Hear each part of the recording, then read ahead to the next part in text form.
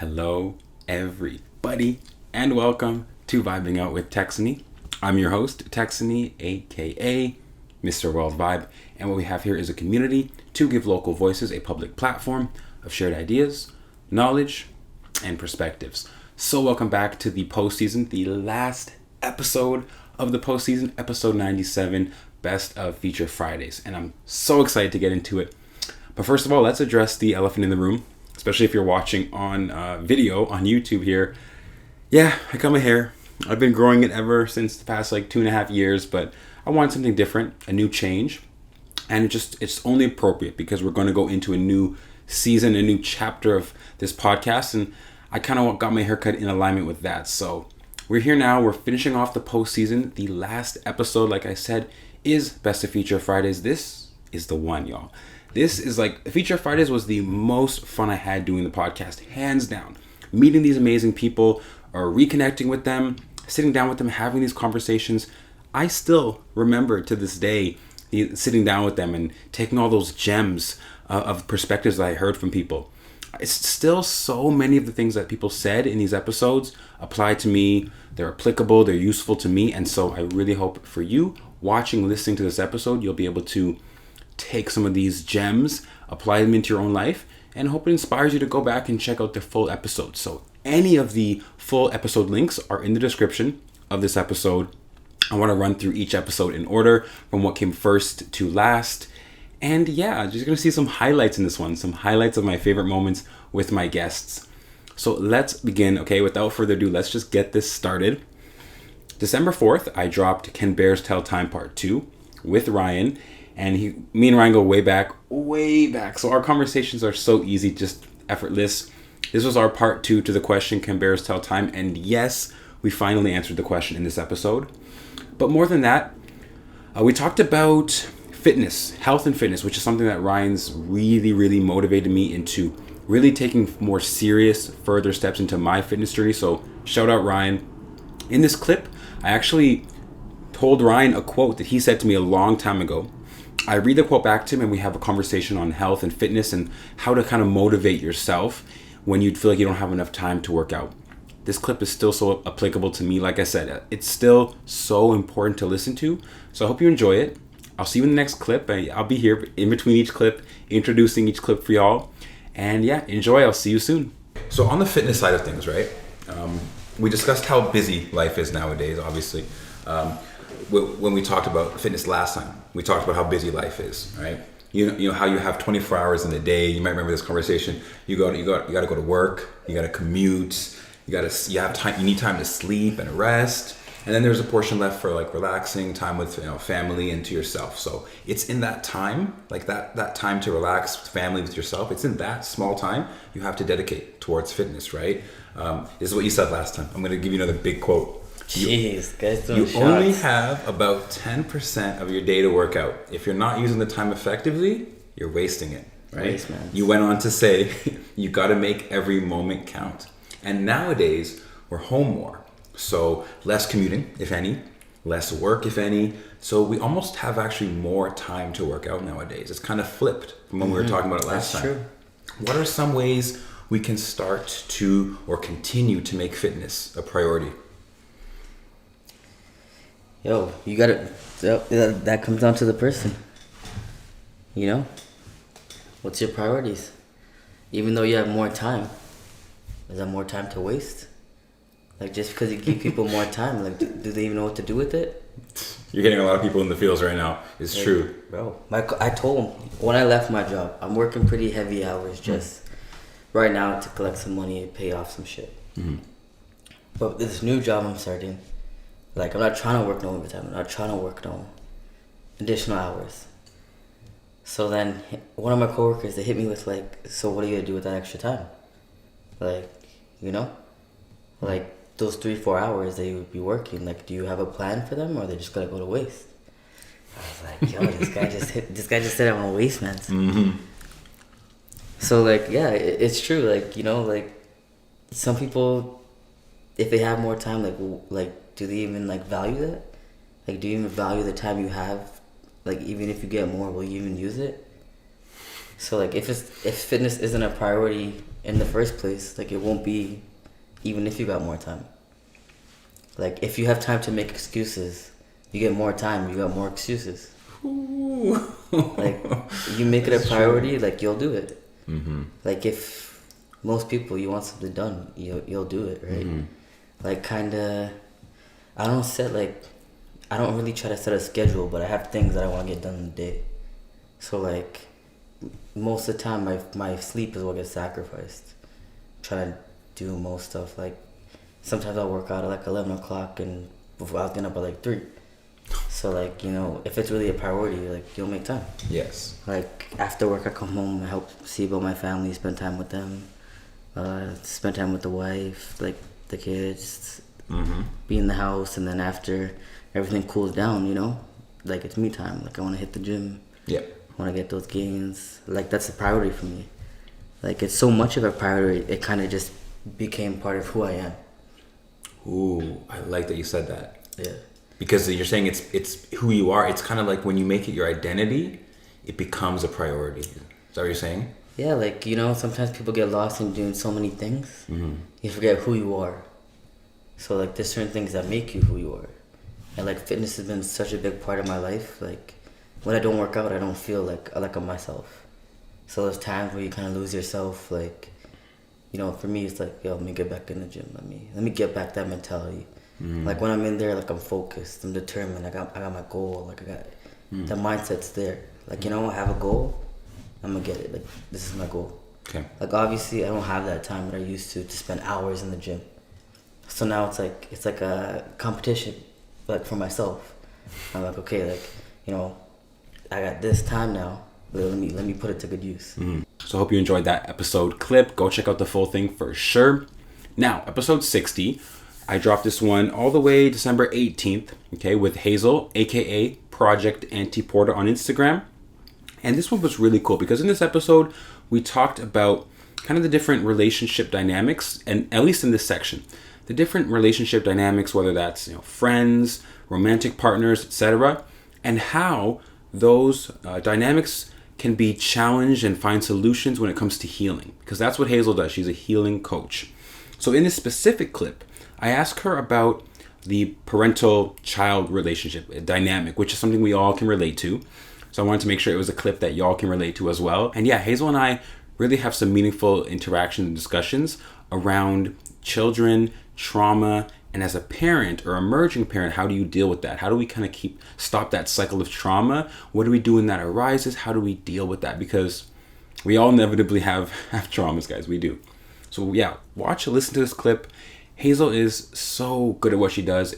I'm so proud of the progress she's made. From like when we made this episode, December 18th, 2020, and now she's in a different country, doing what she loves, doing her healing coach business, and has grown so much. So she is the right person to go to with any questions, advice about healing. So yeah, check out this clip, check out the full episode, check out Hazel's Instagram, YouTube, Project Antiporta for more information. So yeah, I'll see you in the next clip preview. So what about parents now? The way we were raised, our experiences, our memories with our parents, and what that leads to, the inner child. Mm-hmm. So let's go that route, because we all have a childhood, right? We all have memories of our parents, right?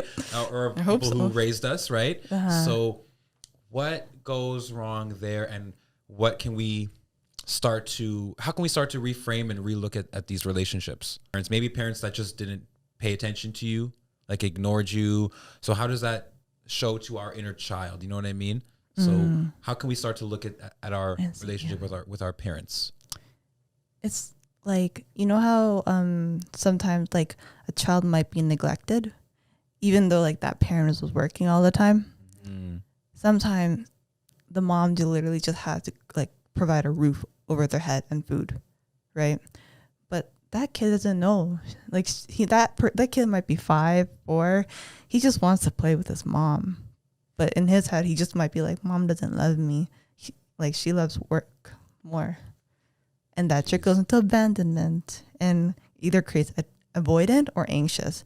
And avoidant is kind of like, I don't need mom. I don't need love. You know what? Fuck love. that could be them in adulthood. But then anxious, kind of like, I need love. I need to be in a relationship right now. Yeah. So different avenues can come from the same perspective, the same starting place. Yeah. I don't know if you heard that quote. It's kind of like, pretend you're a dad, okay? And you had 2 kids, Bobby and Amy, okay? Okay. And basically, Bobby can be like, and let's say you're an alcoholic. Just throw that on. Okay. Okay. Okay. Bobby might be like, you know what? My dad was an alcoholic, so I'm going to be an alcoholic. Amy might be like, you know what? My dad was an alcoholic. I'm not going to be an alcoholic. It all depends on the kid's narrative. Okay. Yeah. And the narratives, like when you're a kid, you don't really know the full scope of things. Like you said, Hell that no. kid whose parents are not there, the mom's busy working, you see that as mom doesn't love me, but the mom is doing everything she can. So the narrative is really everything, right? Exactly. Right. And that's when you, I praise time technique. That's like one of the modalities I use for like healing. And when it comes to time technique, I kind of like make it my own and bring like inner child healing.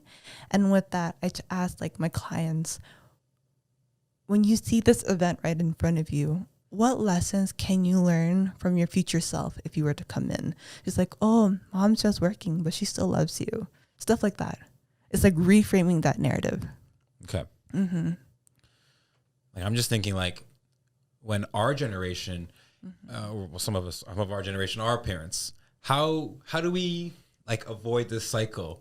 How do we, like, you know what I mean? I mean, that's a tough question to think about if you're not a parent, but you don't want to accidentally set up your kids to have insecure attachment styles because it seems like it's almost inevitable. So how do we kind of prevent this? Like, it seems like it just happens all the time. So how do we prevent that as emerging parents or parents currently or whatever, right? And that's the difficult part because it's not only from us, but it's also from their teachers, their friends, right? And I was like joking with this to my boyfriend. It's like, I'm going to do like life coaching on these kids at the age of 3 every week. But see how that works. Yeah. But essentially it's kind of like reaffirming them that like what you're doing is good. So like creating that open space for them to talk to you no matter what, even the littlest thing, like, oh mom, like our little sister doesn't like because she did this. Like, no, she loves you. She just like, she doesn't know much. Creating those like little thoughts into their head. Right. And they're like, oh, you know what? You're right. You really got to do that. That makes sense. And I actually heard on a podcast kind of related to this, Rob Dial, he does the Mindset Mentor. Yeah. The biggest like motivational podcast. Yes. He was talking about this perspective when you talk to kids.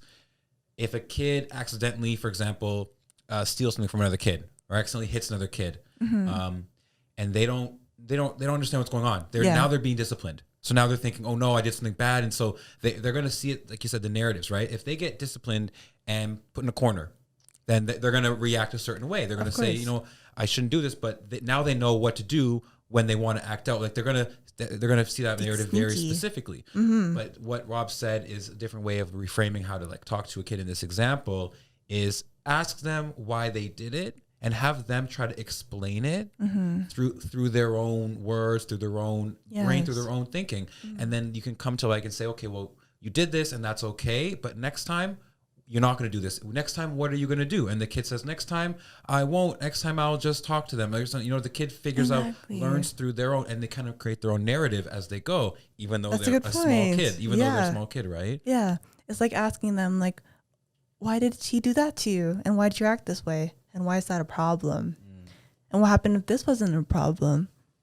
And they'd be like, pow.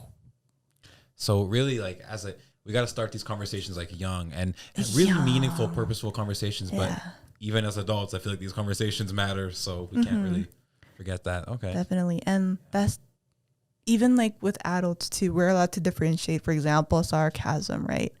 But a kid can differentiate sarcasm. One example is that like my client yesterday, her mom died at the age of 4.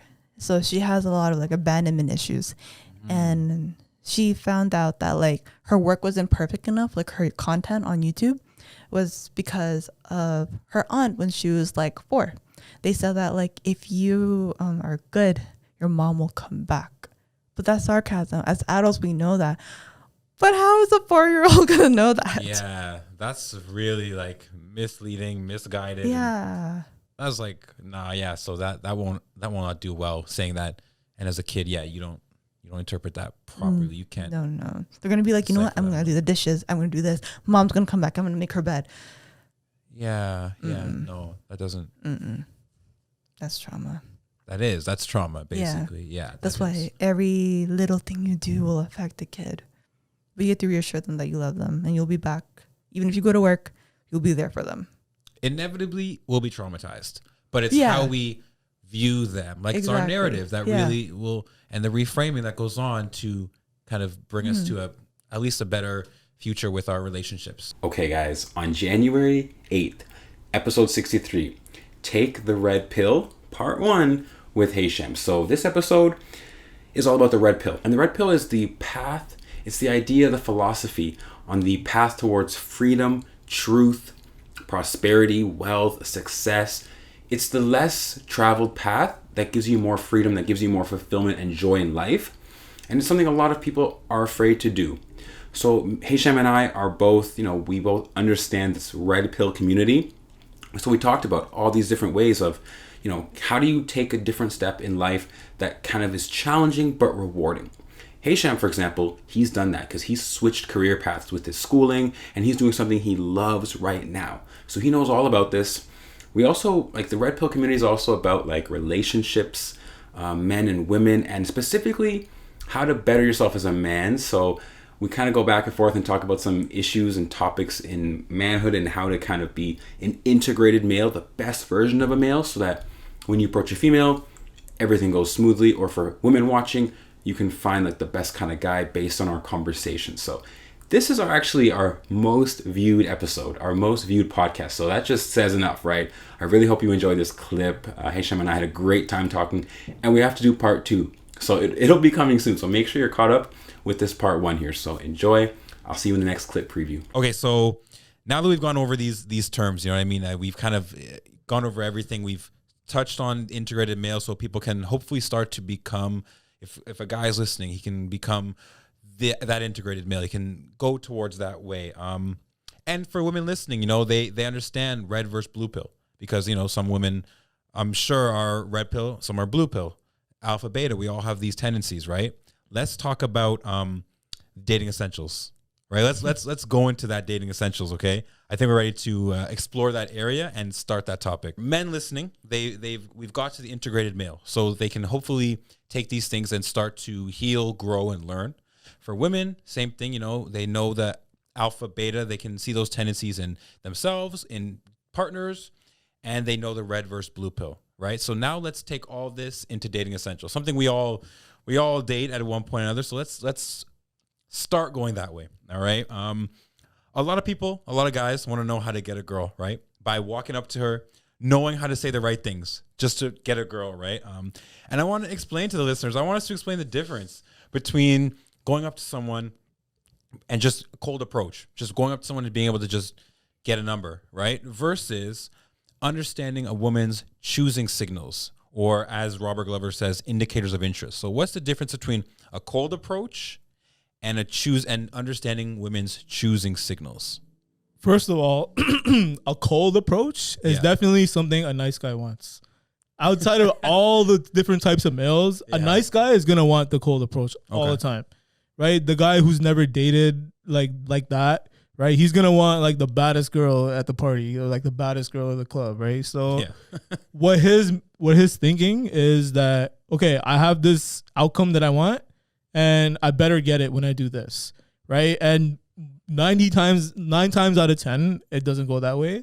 So they develop a fear of rejection, right? So they'll go up to a woman, they'll talk to them, and then they'll get rejected somehow, right? And then it'll become a very self-limiting belief in their head, where it's no one wants to be with me, or no one likes me, right? So I feel cold approach is very outcome-based, where it's okay, you do this, you're going to get this outcome. Or you do that, you're going to get that outcome. Right. Don't do this, do that, because that's going to happen. Whereas the other method of just talking, right, it's very natural, because when you're talking to somebody like a female, you're trying to take her on a date, you're not talking to her any differently than like how you normally talk to people. You're talking to her like a normal person. Yep. Right? Nice guys and bad daters, they think that there's some kind of way you're supposed to talk to them.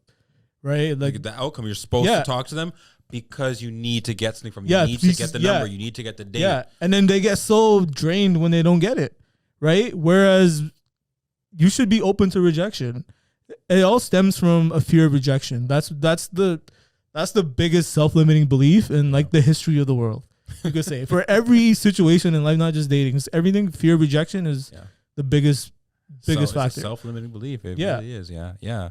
And then so like choosing signals is like you don't just go up to somebody or go up to a woman. You know that she's giving you like a green light. Like, yes, like I actually want you to approach me by, you know, for example, she makes eye contact with you, or for example, she, you know, comes closer to you at a gym or at a public place. She'll get closer to you, or she'll laugh at your jokes, or she'll, you know, kind of put her body towards you. So if you see the choosing signals or indicators of interest, that's kind of a better way to approach a woman rather than just going up to her, because I don't even imagine how many times a woman gets approached when she doesn't want to be approached. For guys, that doesn't happen to us. We usually don't get approached. Yeah, we don't like that. No, we don't. And you know why that is? It's because women don't have game like that. Like women are very bad at spitting game.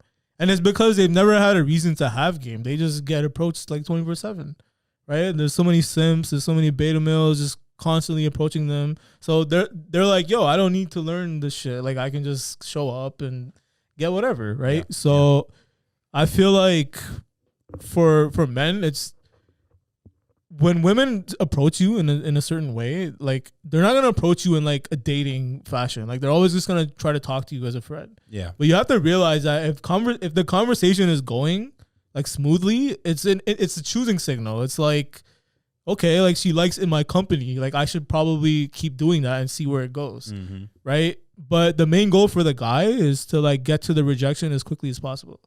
Like seek the rejection, because if you don't seek it, you're not gonna get the outcome you want. Like in terms of like, you know, okay, like you probably want to sleep with her, or like you want to date her, right? Get to that like this, like, okay, what's up? Like, you know, what are we doing here? Like get to that conversation as soon as possible. Yeah. Because if you keep dragging it on, you're gonna get friend zoned. I feel like that's kind of the biggest fear for like all the nice guys, beta males, where it's like, I want this kind of outcome, so I'm gonna do this. But you're already in the friend zone if you're doing things to please her like that. You know what I mean? Yep.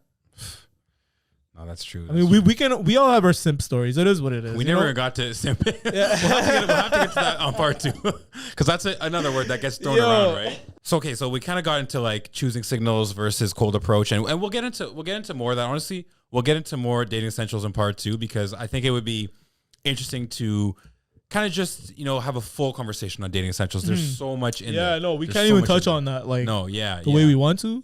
All right, y'all, episode 65. We're moving on. January 22nd, I dropped this episode, Passion into Profit, with Sonam Bola, and we go back from high school days. We knew each other, so us reconnecting was really easy because we both like connect on the idea of entrepreneurship, business. And so we talk about different ways of turning what you love to do into money, into making money. And that's such an important thing to do, because following up with that Red Pill episode, it's like when you love what you do, when you find the truth of life and you go towards your own path, your own version of success, you should get money for it. You should be rewarded. The money will motivate you to keep doing that. So me and Sonam, we have a great conversation. And in this clip, we talk about some of the pillars towards entrepreneurship, some of the most important things you need to know to become an entrepreneur. And I kind of looked at some videos and collabed with Sonam to figure out 10 certain pillars. In this clip, we're gonna talk about 2 pillars. One of them is mentorship. And it's so interesting because Sonam mentions her friend, her mentor, her really good friend, Madison, who I'm actually going to be speaking with on an Instagram Live coming up with Sonam as well. So it just goes to show how this community, how, you know, mentorship and being in a community of people that support you really goes a long way. So I'm just grateful that I get to connect with these 2 amazing people. And yeah, you're going to hear some really great tips, especially if you're an entrepreneur yourself. Hopefully this clip and this full episode keeps you going with your entrepreneurship journey. Because if you have a journey like this, if you're making money from something you love, I rate it. I support it. So yeah, hope this clip helps. Watch the full episode as well. I'll see you in the next clip preview. How about mentors, right? I think that's a big part of what we do as entrepreneurs. We have to be surrounded by people who are more successful than us, because they are the ones that are going to teach us. And you know, nothing's really free. Like, it's not really free. They're investing in you, mentors. Exactly. So, I mean, where have your mentors come from? Like, you know, how do you find mentors in your life for your business? Well, in our company especially, we actually encourage mentorship, and we always have, like, soon as you sign up, there's always a mentor. The person that signed you up is basically responsible to showing you the ropes and showing you, like, being there for you, basically, support 24/7. I always tell my girls that. I'm like, you can message me at any time. I may not reply right away, but you don't ever feel hesitant to, like, reach out to me, because I will be there for you. If you are, like, passionate and you're working hard and you want to do this business, you got to show up for yourself. So that's one thing. But building that relationship is so important, especially with my mentor, Madison, who basically brought me into the business. Shout out Madison. I love her. But we've formed such a good relationship that we're, like, basically friends. I tell her, like, literally everything in my life. And she's there for me because she knows basically all parts of my life, right? Whereas my friends and family that aren't in Monet don't understand, like, what we go through on a day-to-day basis, because we're, like, constantly in touch. Yep. So you need someone that you can, like, as a mentor, it has to be someone that you can rely on and basically be there for you when you need help.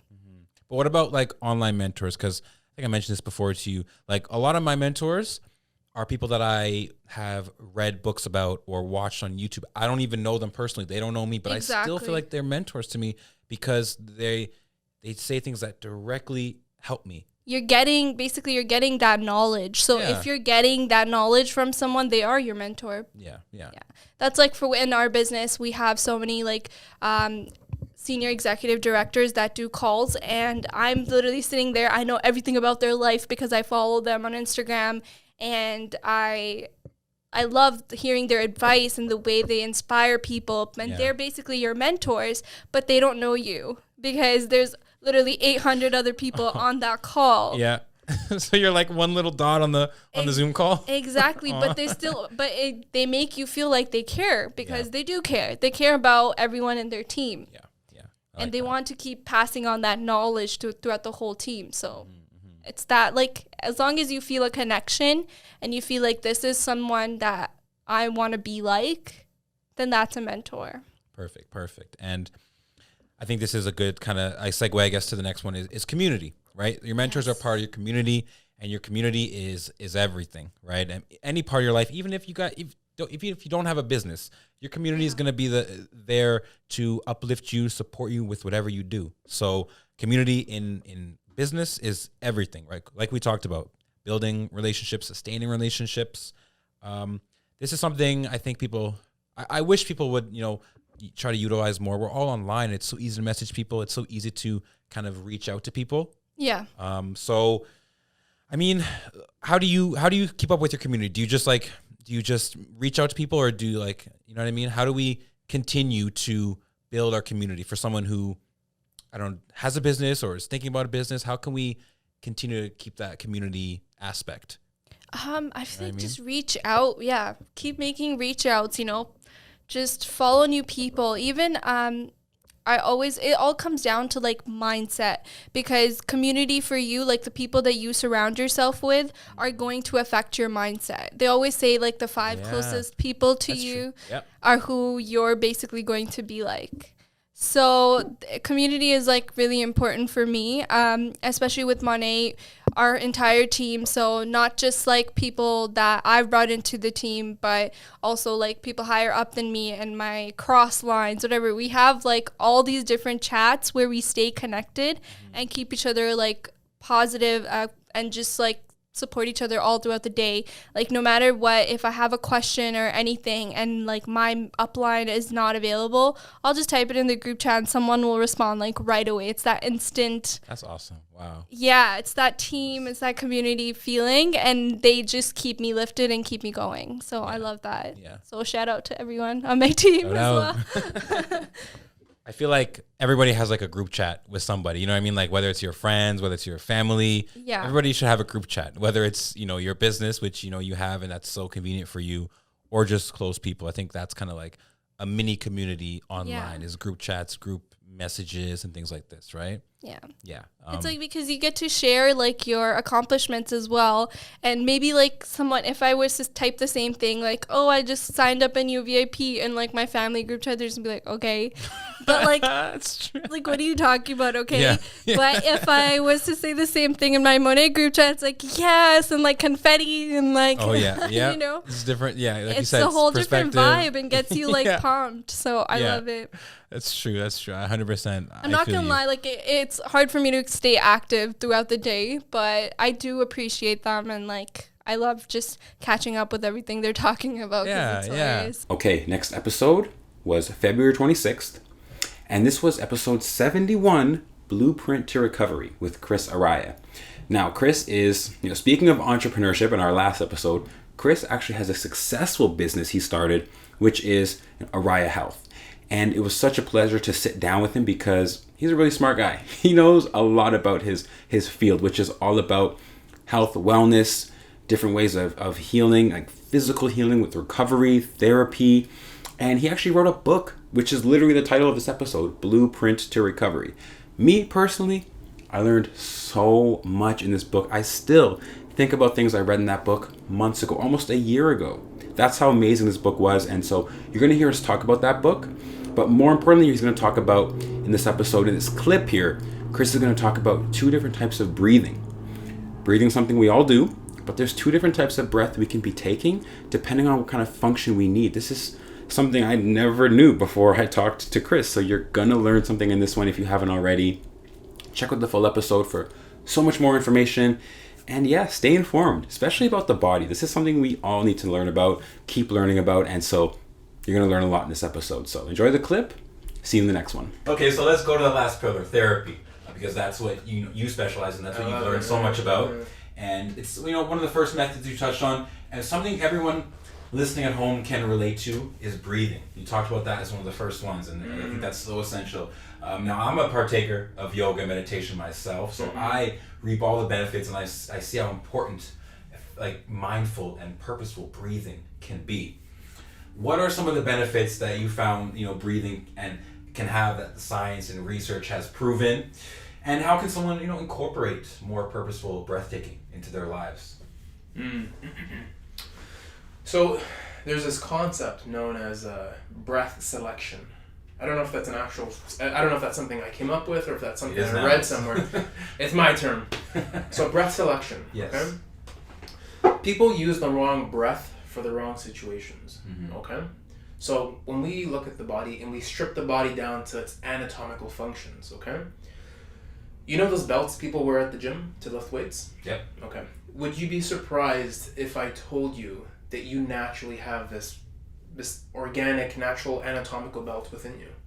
Kinda, yeah. Crazy. It's crazy to think, right? Yeah. So a lot of the times, people that rely on that belt to lift, I guess, a normal amount of weight, they're supplementing for the fact that they can't engage their own belt. So that muscle is called your TVA, your Transversus Abdominis, okay? So the reason why I bring that up is because when you breathe, and I break it down in the book with those 2 images of the guys on the boulders. Yep. So there's one image of a guy sitting and he's breathing and he's pushing out his stomach to signify that his belly is pushing out. When you breathe like that, that yoga breath, that breath for relaxation, what it does to that muscle is that it turns it off. It inhibits that muscle. Do you see what I'm saying? So that breath is meant, so I coined it a phasic breath. It's meant for relaxation. A tonic breath, a breath where you're not pushing out your stomach, but instead you're sucking in, that is the function of that belt that people buy, and it's also the function of that belt that you have internally within inside you. So what I'm trying to say is that, why is it the first subject that I put for therapy? Yes. I put that there because when you can pick the breath that you want for the specific function that you're trying to accomplish, you're less likely to risk lower back injury. you're more likely to generate explosive power within your body. Yeah. So restoring that is very important, and teaching people that is very important, because when people go unaware and they use the wrong breath for the wrong action, that's where the back gives out. Wow. I would not know that or be able to link that without knowing this. That's But really this is interesting. So once again, going back to the purpose of the book, I'm just teaching you how to look at the body. I'm teaching you how to think. Yep. And eventually, when you go see a practitioner and they try to teach you something else about the body, and you know that this is what the book taught you, you can have that intellectual conversation and stand up for yourself because you're advocating for yourself. Do you see what I'm saying? So the next time somebody tries to tell you to buy a belt, you toss them to the corner. Yeah, because it's like you said, it's kind of like it's in placement for something we already have. If we're aware of how to use our breath, we can tonic activate it. Yeah. Tonic breath. What's it called? To activate that belt is the tonic breath. Tonic breath, right? To distend the stomach and to promote relaxation. Yes. It's phasic. Yeah. Okay. And one last little fact, because it is in the book, phasic breath. So when you breathe and you're distending your belly out, it's in the book. This fact is in the book, but I'll put it out there right now. Okay. If you look at your spine, okay, so that's the back of your spine, that's the front of your spine, all right. Yes. There's a nerve that travels down the front of your spine, and it's called the vagus nerve. Yes, you're talking. Yes. Yes. So what's interesting about that is that nerve goes towards the organs in your stomach. Okay. When you breathe, the diaphragm, as it pumps in and out, will gently friction and massage that nerve, and it stimulates the organs to function better. How wild is that? So there is science to prove the fact that breathing does promote digestion.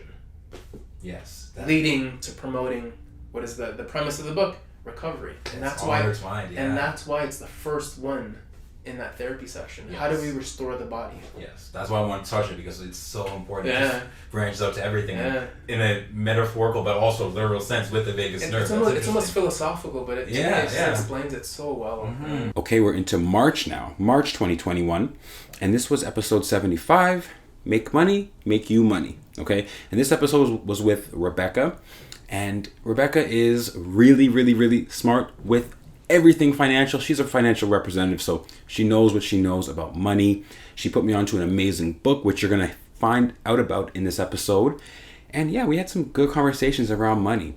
This episode came out around tax time this past year, and I think a lot of people enjoyed just learning about money, because it's not something that people are so, ready to talk about. It's kind of taboo to talk about money. It kind of, it's dirty. You don't want to talk about it. You kind of want to keep it hidden to yourself, because you're afraid people will judge you. And, I get that, but having this conversation really, really motivated me. And yeah, I can say I'm in a better place right now just with my knowledge about money, thanks to sitting down with Rebecca. So you're going to watch this episode, you're going to listen to this clip here, and yeah, I think you're going to take away something, that insightful that you can take with you with your money making, your budgeting, your investing, all these things and so much more. So enjoy the clip. See you in the next one. Yeah. Let's talk about how we budget our money. Hopefully if you're watching this, you have an income, or if you're listening, you have an income. Okay. Even if it's serve. Okay. We most of us have an income. Yes. We're adults. So we got to talk about how we budget it properly now. And I want to give you a quote that is really interesting to me. When I think about budgeting, I think about what I spend. And this quote says, "A man that buys what he does not need steals from himself." Right. And so let's get into budgeting. Let's talk about, what can we say about the importance of budgeting straight off the bat, like writing down, keeping track digitally of one's income versus expenses. What can we say about that in order to encourage people to start practicing, this financial habit? I think, like I was saying before, when you do that, you have the full picture of where you're sitting at in terms of how much money you're making and what you're spending your money on, and, how you can do better with saving.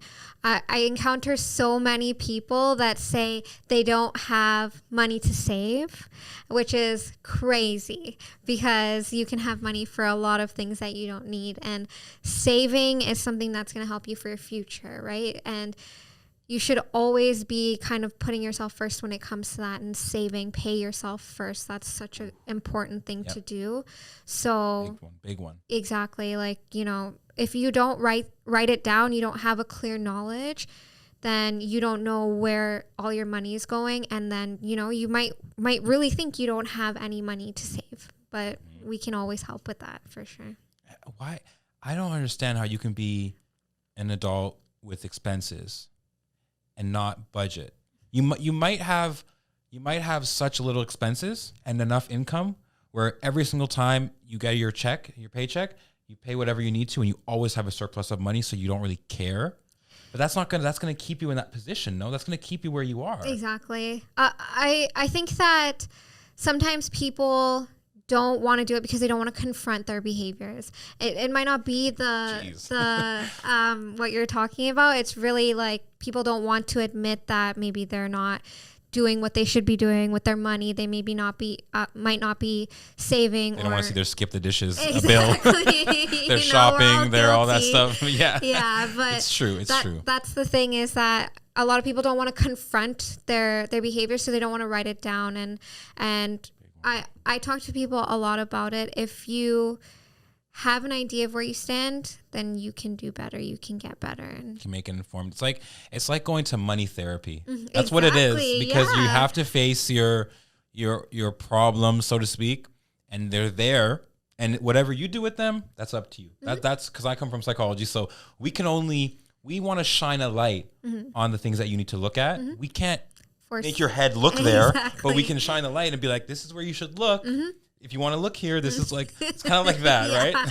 Very much so. Okay. And like you were saying with that quote, like, because there's that stigma of money's dirty and we shouldn't talk about it. It's a very strong resistance sometimes with people when it comes to confronting that behavior. So yeah. So they come up to you, they're like, well, I don't have a lot of money. You're like, oh, well, no kidding. Like, let's just get that. Oh, good. We got to the court. Now we can start learning. Like, of course. So what was there a moment for you in your life where, you know, you were like, okay, I got to get serious. I got to start budgeting. Because I know you said that you've been doing that for a while, but what was that moment like where you decided to get serious about it? Well, like I said before, when I was younger, I was able to save a lot of money, but I did turn 19. I was able to go out. I was able to start spending. Pre-COVID. yes. Ching. And unfortunately, like I spent a significant amount of my savings. And one day I went through and I was looking at my account and I was like, man, where did all of my money go? I worked so hard to save it and it was gone so quickly.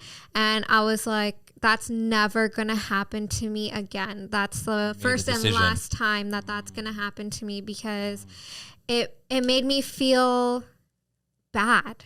Even though at the time, like, don't get me wrong, if you want to go out and you want to spend time and have that time, you should do it. Like, everyone deserves that, but you shouldn't put yourself into a hole in order to be able to do that, right? You should, you know, go out and enjoy, but you should make it a smart way. For sure. 100%. I agree.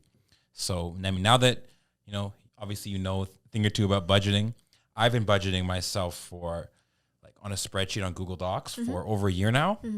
And it's the most important thing I can do, I think. One of the most important things is just keeping track. So I know if I want to indulge here, I know in my mind it's like, okay, there's like red flags, because I know I just see it. I see what I'm doing, so I make more informed decisions. I mean, I can also, you know, talk about the importance of budgeting because I do it.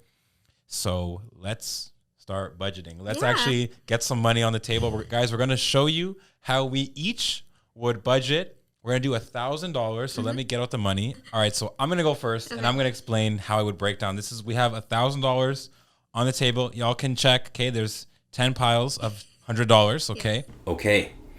Episode 80. How to Get Jacked. Featuring Ronit. Okay. And this episode was so fun. Ronit and I, we go back to all the way since grade 6. We used to live on the same street, so we knew each other back then. We connected on Instagram a few years back, and we had an amazing conversation. Again, just a great time sitting down with him. So much fun. We made a smoothie. We talked about health. We talked about the different kinds of getting jacked, like mentally getting jacked, physically, and spiritually getting jacked. And so in this clip, we talk about the mental journey, specifically Ronit's mental journey. And it's really cool to like listen to him talk about where he got to, because he got really fit. But does that really make your mental journey, you know, successful as well? you kind of have to do both. You have to have a mental journey and a physical journey to really, really growing. And that's what we talk about. So again, amazing perspectives. You can hear from someone who's successful in mental and physical components. So it's kind of an interesting take, and you're gonna love to hear Ronan's story here. So hope you enjoy. See you in the last episode preview. By starting with this mind section, I want to talk about your experiences or your stories that led to your mental journey, right? Because there's physically getting jacked, then there's mentally getting jacked first. Yeah. You know what I mean? So for some people, it's like the books they read. For some people, it's people they meet or traumas or like life events they go through. Sure, man. And so what was it for you that made you like learn and change your mental perspective? Yeah.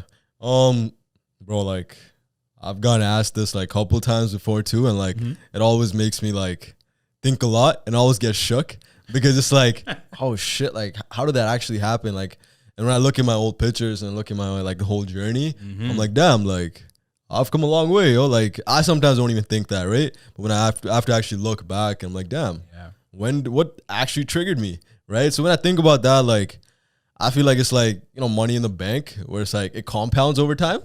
Yep. Right. So the overall growth, like grow with RN thing, that's what I kind of preach, right? Like the overall growth, I feel like it compounded year by year. And then like suddenly like I had a shift in one year maybe specifically where like everything was like, oh damn, like everything added up. And now I'm like, I'm here. But I know there was a lot of significant events and stories and stuff that I'll go through. But like, I would say seriously though, like there's no one trigger. It's compounding every single thing together. Yes. And like, I'm still going there. Like, you know, like it's never ending. We're talking about that before too, right? Like that's a lifelong game, right? So it's like almost like a lifestyle, and it's just, you just keep going. You just keep growing your mind. You just keep getting jacked in your mind, body, soul, that we'll talk about. Yes, we will. But yeah, so a couple trigger points, I would say, maybe like 2017, for example. I'll go a little deeper here. So like, my religion wise, like, I'm not supposed to trim my beard. I'm not trying to, you know, I'm not supposed to shave my body hair, that kind of stuff, because hair is like natural, God given. So you just let it grow, right? That's the whole concept. So in 2017, I actually trimmed my beard, right? And I was like, I was questioning that for like 2-3 years before that. 2-3 years, like I'm not talking months, right? That you wanted to, yeah, think about and it? And I wanted to for the sole reason for my physical appearance. Right, like how it would look, and like, yo, maybe I'll get like more girls if I'm like trim beard. I'm not lying, right? I'm being honest, right? So like, sure, I get it. So that physical appearance, right? Like trim beard, and like nothing changed. Like after I trimmed my beard, like I was still kind of insecure. I was still like scared to talk to the ladies, or like I was still like lack of confidence. All these things. Yeah. And then that same year, like I went on like a 6-month like hardcore cut, like for my bodybuilding thing, and I did a physique show in 2017. Oh, like third place, not third physique, whatever. But like, I look cool, right? I was ripped. I'm like, yo, damn, like I look like, oh, beard's looking nice, body's looking nice, I look pretty jacked. Still feeling insecure. Still not feeling good. Ooh. I was like, yo, what's going on here, man? Like, I feel like, you know, I achieved my goals, like physique-wise, all this stuff, like, look pretty nice. Then, like, I started listening to some podcasts in 2018. Joe Rogan was the first one. I think I heard, like, Kevin Hart's journey in there. And, like, heard other, like you were talking about famous people before, their journeys and stuff. And, like, everyone has the same thing where like they're basically insecure the entire time, and like now they just know how to deal with insecurities. They never really go away. And that made me realize, yo, like we're not alone in feeling insecure. You know what I'm saying? That's like everyone feels the same way. So when I realized that, I'm like, yo, like that guy beside me right now, we're not talking to each other. He probably feels the same way as me. So let me go say what's good to him. Right? So like that was a trigger point where I was like, oh, yo, we're not alone in this. And I started listening to Jay Shetty in 2019. He was a game changer for me. Awesome guy. Yeah. Right? He's a cool guy. And then that's what gave me the power to like think about, oh damn, like I can actually do more things with my life in terms of switch from accounting. I guess that's another story, but switch from accounting to personal training. Right? Big so shift, yeah. That was a big shift too, right? Yeah. Like I studied all university accounting, and then in 2019 I was trying to think about switching over. And then 2020, during the pandemic, I pulled the trigger, right, in October. So it was that a lot of stuff led up to that. But, like, yeah, so my trigger points, I would say, like, changing my physical appearance with the beard and the physique show made me realize, like, changing your physical shit doesn't do anything. I had to actually start working on my mind. Because, like, think about it, like, everyone's chasing that six-pack, right? And like I chased it, I got it, and I still felt shitty, right? And then when I started working on my mind, where I was like, yo, like, why do I actually want that 6-pack? Yo, like, what's good? Like, you know, am I just trying to impress the ladies, or am I trying to feel better? Right? Like, am I trying to do it for myself or like other people? That kind of thing. Yes. All the self-love stuff, right? Like, it's like, it might sound like, especially guys, they don't want to talk about that, but yo, it goes a long way, right? Like, yo, you gotta like yourself, and then like all the stuff just starts happening because you like yourself. So you do stuff that is good for yourself, and then shit happens, right? So like, yeah. So I guess that was a trigger point where like in 2018, podcasts and stuff, listening to other people's perspectives made me realize I'm not alone in the whole insecurity thing. And then like I started working on more mindset, and then now I'm here and I'm still growing, right? And the fact you're a coach, is that shows that you're able to grow to a certain point where you can give back now. Yeah, that's like full circle. That's awesome. 100%, man. And like that coaching thing, bro, like it's a way of giving back, like you said, and that comes back to my religion again, right? One of our biggest themes is seva, which is selfless service. So like if you go to a temple, or a Sikh temple, like it's just their food, something called langar, free food and stuff like that, right? So it's our nature to give.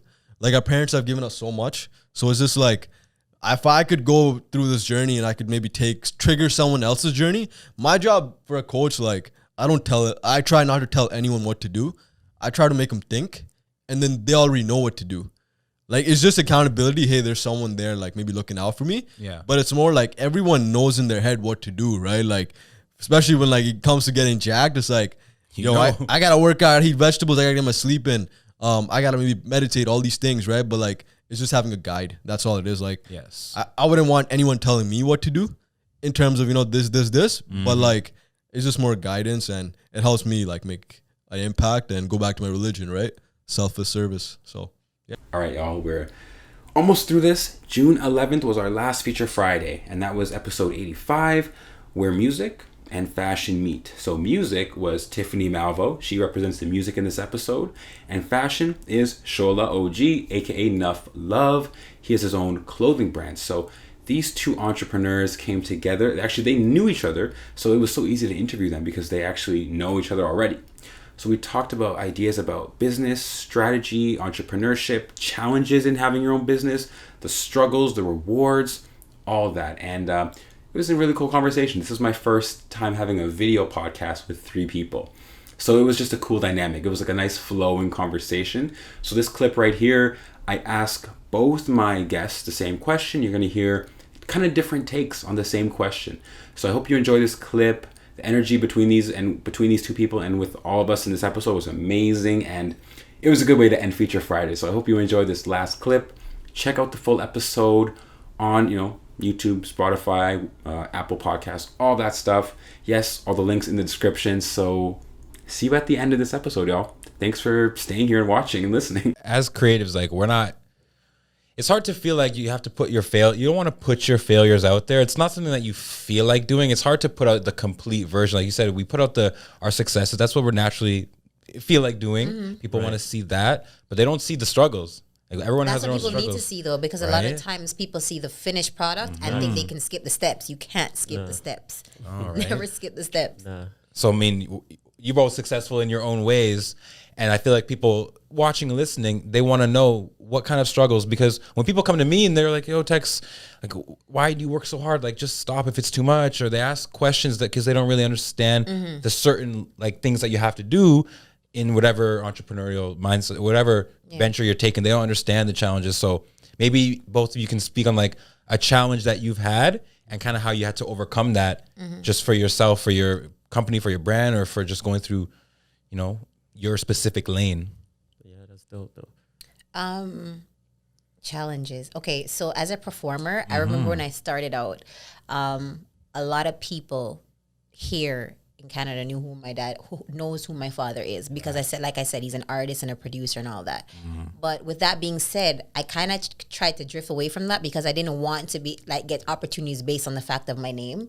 So because of that, getting shows were the hardest thing. Like, people didn't want to book me because they're just like, oh, she's new and she's upcoming. We don't know if she's good enough. So like, even though I don't remember, I want to pick up the first promoter that actually said, you know what, let me take a chance on this girl, because let's see if she's actually as dope as they claim her to be. So that alone, I couldn't get shows. And then now it's just like, it's here. Like, she's doing it. You know what I mean? Yeah. But you had to come over. You had to overcome that. But I had to go through those steps and it's not because of who's in the industry. I still had to take those steps. I still had to, go in the studio. Still had to want to go to a show and expect to be on the show and don't get called up. And I went through all of that. And I'm happy I did, because it made me rooted and grounded where I am right now. Yeah, imagine if you didn't want to take it your own way and just trying to separate from your dad's success. You really wanted to go your own path. Yeah, exactly. If you didn't want to do that, who knows where you would have been? But never mind that. I didn't want to just ride the wave, you know. Yeah. So that's a good one. Yeah, I like that. So, how about for yourself? Yeah, I mean, for me on the clothing brand side, I think one of the challenges was like starting the brand during the pandemic, right? With the pandemic, it kind of like, it made things difficult in terms of trying to get fabric and getting things done, things flown overseas and whatnot, right? Because they shut down a lot of the borders and whatnot. And so we're trying to get our run. We had a lot of problems with getting it over to Canada. And then after getting it to Canada, is actually producing it because nobody's like going to work because the pandemic is fresh. Everybody's staying separated. Yeah. Everybody's staying inside. So we can't even get the stuff produced, you know? And so it was challenging trying to get everything together. So what we had to do really is just really be patient and just really work on building the relationships that we needed in terms of producing the clothes that we can get it out in a timely manner. So that was a struggle, but we learned a lot through it. We were able to build certain relationships to help us to know how to produce our clothing quicker, you know?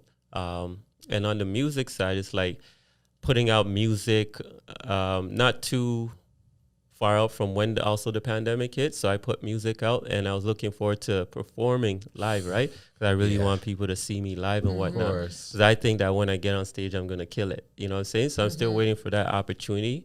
And I'm kind of a new artist, so I'm still putting out music, but waiting for the opportunity to perform. So it's been difficult on that end too, because part of being an artist is interacting with people on stage, like Tiffany would know, right? Yeah. It's one thing to do it online, but it's another thing to do it not the same live. It's not. Yeah. So Tiffany, you should give him like one offer of like when you're the first time on stage, like of what? course. You know what I mean? Honestly, like when it comes to like, you know, helping somebody else, I don't have a problem with that because like I said, I know what that feels like. But like he said, doing a show virtually, it's not the same. It's not the same. It's not. And I haven't even gotten that opportunity yet, right? Yeah. Okay.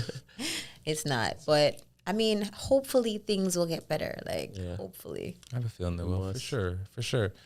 So we kind of have the challenges side, and it's interesting to speak on those because people don't necessarily know. Like I said, they don't know what you go through. They just see where you are now. Yeah. But on the other side, like the flip side of it, is the achievements, right? Yeah. I feel like for myself, I'm the type I work. I just every day is my own schedule. I make my own schedule, and it's a nice life. But no one gives you breaks, and no one lets you. No one like helps you celebrate your successes. No one tells you when to celebrate. You kind of have to make these plans. Otherwise, you'll just keep working. Yeah. So it's important to celebrate the successes that you've had up to this point. Exactly. Yeah. So you want to talk about like a recent success story or something that you have yet to actually celebrate, or something you're about to celebrate from like a milestone that you've appreciated? I'm about to rebrand now. Yeah. Okay. So brand new social media, everything, photo shoots and videos coming and all that. So I'm excited about that. Other accomplishments, I would say like major ones is like a lot of the major shows that has happened in Toronto. I've like with like the Popcorn and the Spice and the Shinsi, I've been on all those shows. Like I've opened for all those people. So for me, that's major. That's a big deal for me. Of course. Like I pat myself on the back. I'm like, okay, Tiff, you're doing something. Because sometimes we're hard on ourselves. Especially like you say, when you work for yourself, you're just like, okay, maybe I didn't do this right. Or you don't stop to be like, yo, I did this. Yeah. So, yeah. Yeah. 100%. Yeah, that's dope, man. I mean, major accomplishment for me is actually just starting, you know, starting to do what it is that I love and what it is that I've always wanted to do. A lot of people say that they want to do it, but they never actually really get up and do it, right? And just changing things around for my family, going another direction. Because my family, I grew up with hard workers and whatnot, but nobody really business oriented like that or actually really done it. So I just want to do something different for my family. So that has been a great accomplishment for me, right? And I look forward to so much more. Nice. Yeah. Carving your own path. Yeah, exactly. That's not easy. Yeah, 100%. Call it that for sure. So yeah, I like how we spoke on the challenges and the successes, because even for myself, I when I finished my first season of my podcast, I threw like a few gatherings, outdoor gatherings, just to bring people together. Right. And that's some of the most, like, that's some of my favorite memories of just bringing together all the people that were there. So yeah, no, I just wanted to kind of speak on that. But for people that are watching and listening, and I think people are at that point, a lot of people in my community are at that point where they want the positive messages, the encouraging messages. It means a lot. It goes a long way. But people still are trying to take that step. Like, they're trying to take that step. Like you said, just starting is an accomplishment. That really is. It's a big deal. You say it's so simple, but the fact that you can say you want to start a clothing line or have a brand, and then you can actually have actual apparel and stuff. Yeah. That's a big deal, because some people don't get past the logo. Trust me. Yeah, that's true. Yeah, and you spoke about this at the beginning when you said you're just happy for people that how they just are doing what they want and starting their businesses. It's exciting. It's really exciting to see. Trust me, because like I said, my Instagram, my inbox is full. Like, oh, I just started this. Can you try this? And can you try that? And I'm gonna send you this. And I'm just like, okay, okay. But but I like to see it. I like to see, especially when it's your own people. It gives you that, like, you're like, yes, people are doing stuff. It's exciting. Okay, we made it. This was a long one. Having all these different clips in, but I hope you enjoyed all these different voices. It was a great time having these people on my season 2. And I'm just so excited to have season 3 coming out, to have so many more guests. There's so many of you watching and listening that I know you'd love to come on the podcast and talk about anything you'd like to talk about. I'm excited, I'm hopeful, and I'm waiting for that moment. But to get to season 3, we need more support. Trust me, I need your support. You got to pay what you owe. So if you feel like, you're supporting me, and I feel like I'm, giving you guys content, it's good to have that reciprocity. So if you want to support this community, there's many things you can do, like the podcast, follow on Spotify, follow on Apple Podcasts, on YouTube. Make sure you're following. You can get my book, How to Vibe Out, an ebook, also an audiobook, so grab that as well. And lastly, if you really want to support, get the Patreon, join the Patreon. It's all the links in the description. You already know this. The Patreon is a community where, you can join and get more content, exclusive content behind the scenes. You get first access to things. When I have more products coming out, you're going to get the first access to the products. So yeah, the Patreon is the place to go to really, really support. And I appreciate everybody on there, everybody who's been on there, and everybody who's thinking about joining. So yeah, thank you so much, guys, for watching, for listening. And we're done with the postseason. I can say that so much. So stay tuned. We have lots coming up, including the off season, which I won't talk about too much now. Wait for the next episode to hear more about that. But we have a lot coming up. So I thank you for being here, for supporting, for staying with this community, and more to come. So this has been Vibing Out with Texony.